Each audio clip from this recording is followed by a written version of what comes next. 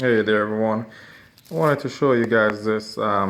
This video is this is a roller follower from one of those Ford 5.4 engines. And in fact, this is a bad one, as you can see. I mean, look at that thing. It's frozen right there. That will not turn. In fact, it will not budge at all. There is no play in it at all. And what happened was I started hearing this ticking. So 5.4 engine. This particular one was out of the out of a '07 Expedition with the 5.4 engine, and it was just this constant ticking. And you would rev the engine, and the tick would increase. Obviously, being that now it's a roller follower, so it makes sense each time the cam would hit it, it would make that ticking noise. And there's a lot of things on the 5.4 that will cause, or that's known to cause some kind of knocking or ticking.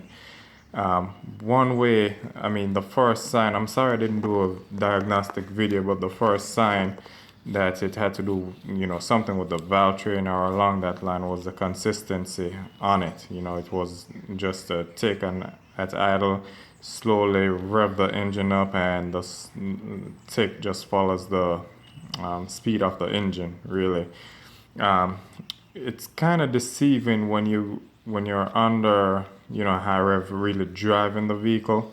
You can be deceived that the tick is going away, but it's all, it's just the speed, and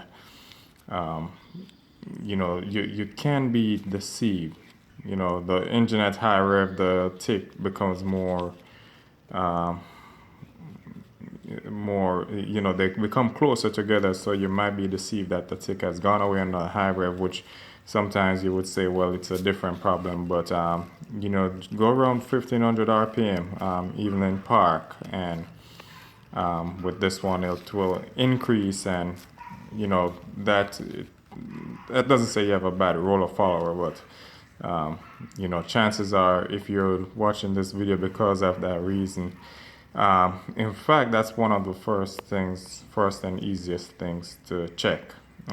And it's not very easy. I mean, it's not the easiest valve covers to get off. There's a bunch of stuff in the way usually on any of those 5.4 engines. So you have to get those out of the way. Figure out which bank, for one. That's the other thing. Get it off, and then check these. And mine, when I got it off, I just started, touching them, feeling. This one the lobe was off, thankfully.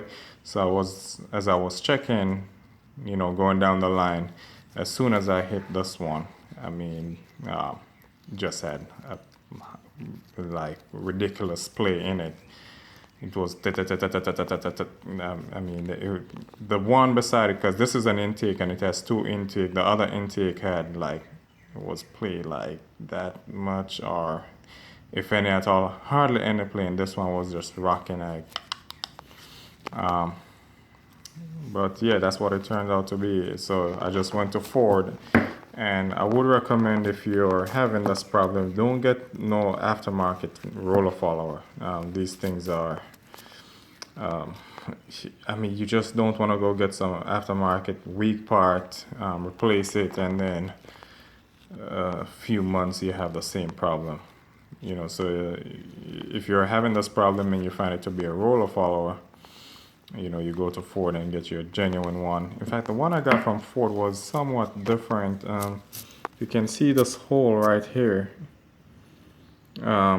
In fact, the purpose for that is oil comes through it from the lash adjuster, and in fact, that's what lubricates this bearing. And I'm not sure, maybe they did a redesign to correct probably even what led to this problem, because the one I got from Ford, which I consider the updated version, it has a finer hole on it, and it's kind of designed where it seemed like the whole concept is where the oil will come through and it gets sprayed this side. It comes over.